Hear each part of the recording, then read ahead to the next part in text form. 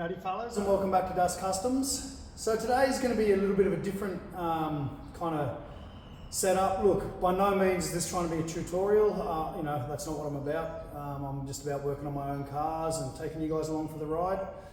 Most of the stuff I do is just purely trial and error. I try and do as research as much as I can, but at the end of the day, it's me doing things for the first time, most of the time. And hopefully I'll get a bit better at it as I go along. But look, what I've done is I've built this motor. I've built this 1916 for rat trap, and this time I've actually gone and tried to do things a little bit properly. I've spent a little bit of money. I bought the low bucket turbo setup with the carb. Even though the turbo from low bucket it's still just a Chinese turbo. It's a proper carbon sealed turbo. It's brand new. It hasn't been used. The carb is a Holly Performance carb with the adjuster jet built into it, with the turbo boost reference on it, and so it's actually, this thing's running pretty good. Like this thing, it boosts hard, and I'm really happy with the performance of it. The only thing that I'm a little bit unsure of is the distributor. Like the ignition in it, it's kind of, I've just used a 009 and I've bent the tabs in to lock out the distributor timing, so the advance. This is a mechanical advance. So basically, as it spins, it kind of lets these weights fly out, which advances it. I've locked that out so the maximum advance on it is, approximately 24 to 27 degrees. And although that's what a lot of guys do, if you want to get the ultimate performance out of your turbo V-dub, it's probably not the best thing to do. Like, it works, yes it works. When I was driving it along the other day, took it for the first proper long test drive, probably drove it about 15 k's or something like that. When I was coming back, I started to maybe get a hint of a bit of a pre-ignition, like a pinging, and that scares me because I don't want to damage this engine. Like, this is good, this thing's running good, So what I've done is did a bit of research online, and I've decided to just throw a few more dollars at it, so I've actually got a thing that's a good thing. This is still a low budget engine. I haven't spent 10, 20 grand on this engine. This is still well within my means. So I splashed out and I bought the MSD ignition controller. So this is a 6 BTM. So basically what this is, it's a manual, so it's still analog. It's a manual retard controller, basically. So I've got a knob on the dash so I can adjust how much this thing's retarding. Look, there's probably better systems out there. There's definitely better MSD systems potentially that are all digital and computer, and you can map them. But I'm not that guy. Like, I'm not, I can barely bloody turn a computer on, let alone map an ignition. So I just wanted something that I can ditch this thing in and turn it down a bit, So we've got that. We're going to open it up and see how that goes. We've decided to go with the CB Performance MagnaSpark distributor. They're meant to be a good thing as well as the CB Performance MagnaSpark High Performance Super Coil and CB Performance lead. So we're going to basically bolt all that stuff on, give ourselves a bit of control over how much it's retarding when it hits boost. It's not just a locked in thing, because honestly, like, if we want to get it up to 3,000, it might not be kicking in boost fully at 3,000.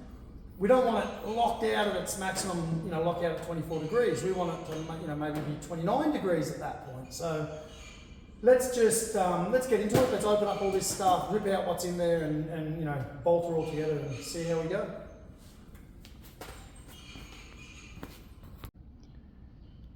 If you haven't seen it, there it is. That's the motor that we've built. We've even managed to adapt the standoff deck lids. I've basically flipped them upside down and just bent them flat.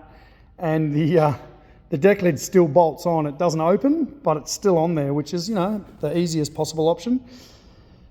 Look, so first of all, what we're going to do is we're going to pop out this 009. This is just a cheap Chinese 009. It's not even a good one. So we'll rip it out. First of all, we're just going to set it so we're on top dead center and the one's pointing where it's meant to point. So that way when we put the CB Performance one in, it is, we've got it roughly timed. So I'll do all of that, I'll pull it out, and we'll open up the box and see how it's looking. All right, so here's a bit of a side-by-side of the MagnaSpark 2 from CV Performance and the Chinese 009. I mean, you can see it's a much bigger unit to start with, so I'm glad I made a bit more room around the up pipe, you know, when I was building it. Now, I got all this gear from Rod Penrose Racing, so that's a shout out to him, Rod Penrose, thank you very much. Always had a lot of time for me, has a lot of time for me when I call him on the phone. You know, I'm a guy that mostly has no idea what he's doing, so, you know, thank you very much, Rod, for giving me that time when I need to ask you questions. He has all this stuff in stock and has always been very quick. This was literally, I had it the day after I ordered it, so, you know, that was great. It comes with this neat little billet clamp, which I'm a little concerned that the bolt isn't sticking out enough to take that, so, oof. That could be a problem. Anyway, we'll cross that bridge when it comes. Anyway, so... see, there it is. It comes with a longer stud. Dun, dun, dun. That's going to be a pain. All right, well, look, I'll just crack on with that, remove that stud and put the longer one in. Well, the good news, fellas, is that just slipped in there. It fit real good.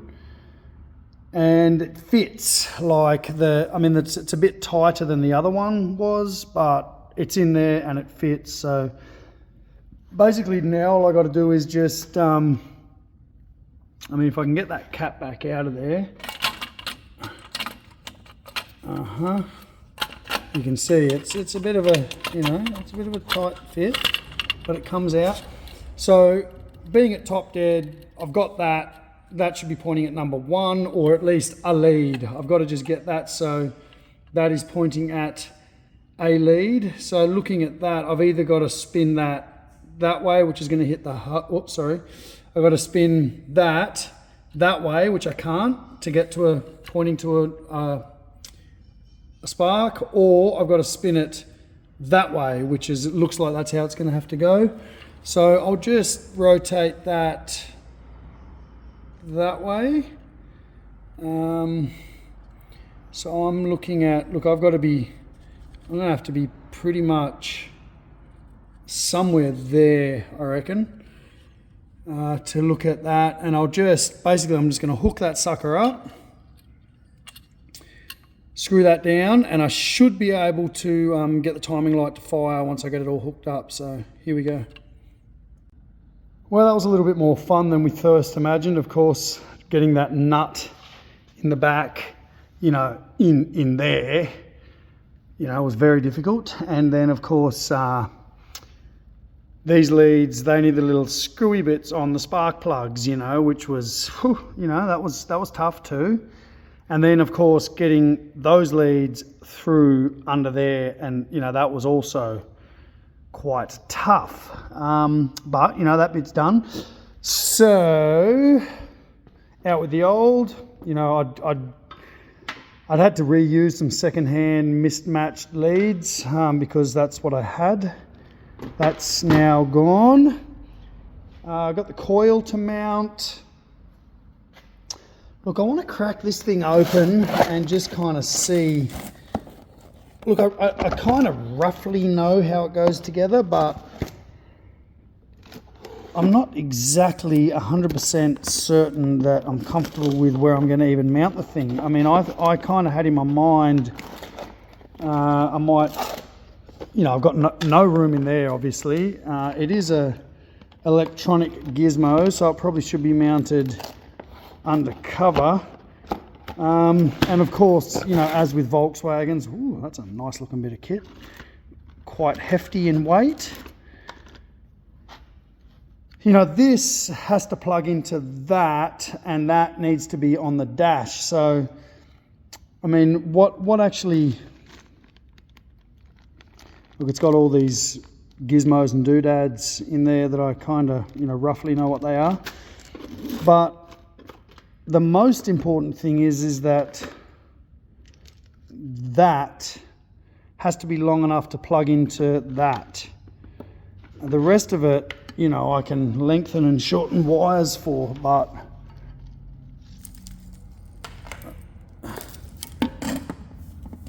You know, so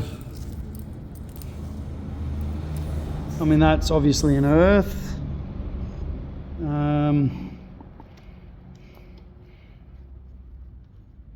I imagine coil, and then, you know, other wires. Not sure how it works. Obviously, well, you would imagine that, you know, 2 are going in from the distributor and 2 are going out to the coil, you know, without reading instructions. Look, I'm not going to get too caught up in it.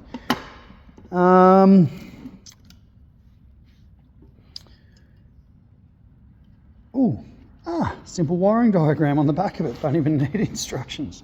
That's handy. I'm going to have to look into this. I've got to look at how this goes together. I'll be back. Okay, so after referring to the MagnaSpark 2 distributor, you know, instructions, basically this is what we're looking at. So we're talking an aftermarket CDI box. So it's not just a direct wire to the coil, it's an aftermarket box. Red goes to switch 12 volt and black goes to the points input, which basically, you know, as I was looking at earlier, is the same as this wiring diagram here. So the red, you know, we're calling this a distributor with Pertronics, but I don't even know if this is a distributor with Pertronics. It's basically just, you know, that same kind of diagram. So we're going from the red to switch 12 volt, which I'll just use the coil wire, which I had in the back already. So that's switch 12 volt. And then the black will be to the white wire in here. And then the coil runs off these wires here too. For the length of the wires, look, I'm thinking this MSD box, it's kind of, you know, it's a decent looking little bit of gear. So I may sit it in the back there somewhere. I'll just see if I can get in and have a bit of a look. All right, so what I'm thinking is I'm going to run this sucker probably mounted, you know, there. It's not a bad spot for it, and it just means that I can, you know, run all the wires under the carpet, which will be pretty easy. And it also means that, it means that this switch here, the length of wires I've got for it are only that long. So I'm going to run it kind of down, you know, near the shifter there. I can strap it to the brake lines and boom, boom, boom. It'll be nice and neat. I won't have any, you know, it's easy to reach, boom. It's just kind of, you know, down here when I'm going, and minimal fuss install. Oh, look, I don't even have to extend over this power wire. It's basically long enough to get me directly to the battery down in there. Other than that, you know, the earth wire, I can just hook, boom, straight into the body. And those other wires, you know, they'll be easy to run just back into the car. It means I don't have to do, you know, drill one hole through there somewhere, and it's all just going to fit in. Okay, well, I'll be doing that then.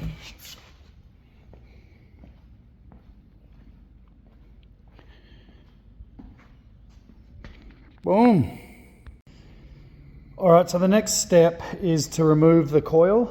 It's a flamethrower coil that I've got mounted there, and I probably could use it. I don't think it would be an issue using it, but I mean, they have, you know, came with the kit, this CB Performance coil, which is kind of nice and compact, so I'll probably utilize it, and it just has one little mounting bracket, so I'll just use one of the existing holes that I've got there. So I'll pull that coil out, and mount this other sucker up, and then figure out how we're going to wire it up. All right, so we're just banging some nut certs in there to thread these things into. So that's a little rubber foot that goes in there to mount that up, and then I'm probably just going to poke a hole straight through there somewhere. Boom, that'll just go straight into the coil. And I also need to get a vacuum line coming back through, so I've got to tee into that vacuum line there as well. So I can, this thing's boost activated, so Anyway, we'll keep cracking. Okay, so before I install this sucker, there's one last little step I need to do, which is this. These are designed for 4, 6 and 8 cylinders, and being mine is a 4-cylinder, I need to modify it to make it work on a 4-cylinder, and basically I need to cut these 2 little wires. You cut one for a 6, so for 6 you cut the red one, and for 4 you cut the red and blue. So there it is there, boom boom. I'm just going to cut them and turn the ends away from each other so they don't touch, and hopefully that sorts it. So you can see I cut that there, and I just kind of bent that one away and cut that one and bent it away. Now I just screw this little cap back on. Boom boom, so the Phillips head screw, and that should be that sorted. So this is the bag of tricks that comes with this MSD. One of the things is these little rev limiter options. So you've got a bunch of different like kind of things. There's a 7,000, that's a 6,000, 3,000. So doing, you know, not that I'm very good at doing calculations, but the cam in this is a C35, and reading up on them, their you know, peak rev range is between 1,500 and 5,000, and their, you know, kind of peak torque ranges, it stops at 5,500 RPM. So I'm going to put a 6,000 in it, so I don't, you know, accidentally rev over that kind of range, and hopefully that just kind of stops the thing, you know, blowing up, because that'd be nice. Well, whoops, I forgot to film a whole bunch, but I mean, you know, that's basically an hour of me just trying to rush and get it done. There's a little bit of tidying up to do. I've got, you know, the wiring looks a little bit messy there. I've just got you know, a little bit of stuff to do, but I'm going to take it for a spin and see what it's like.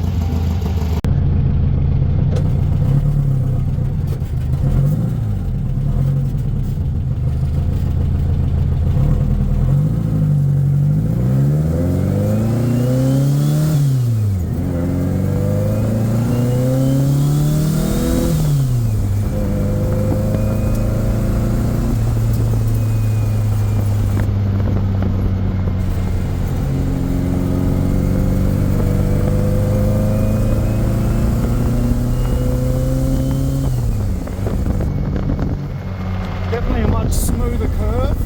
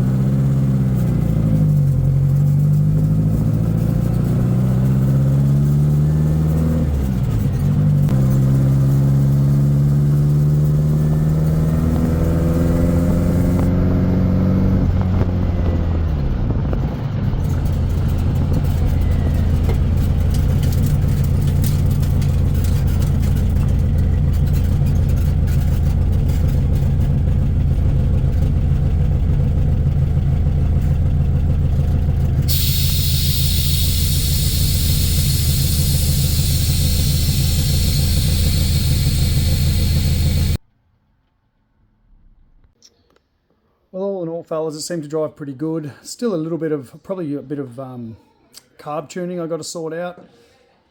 But, you know, we're in the right direction. It seems to drive a bit better on the street now. So, you know, stay tuned for more.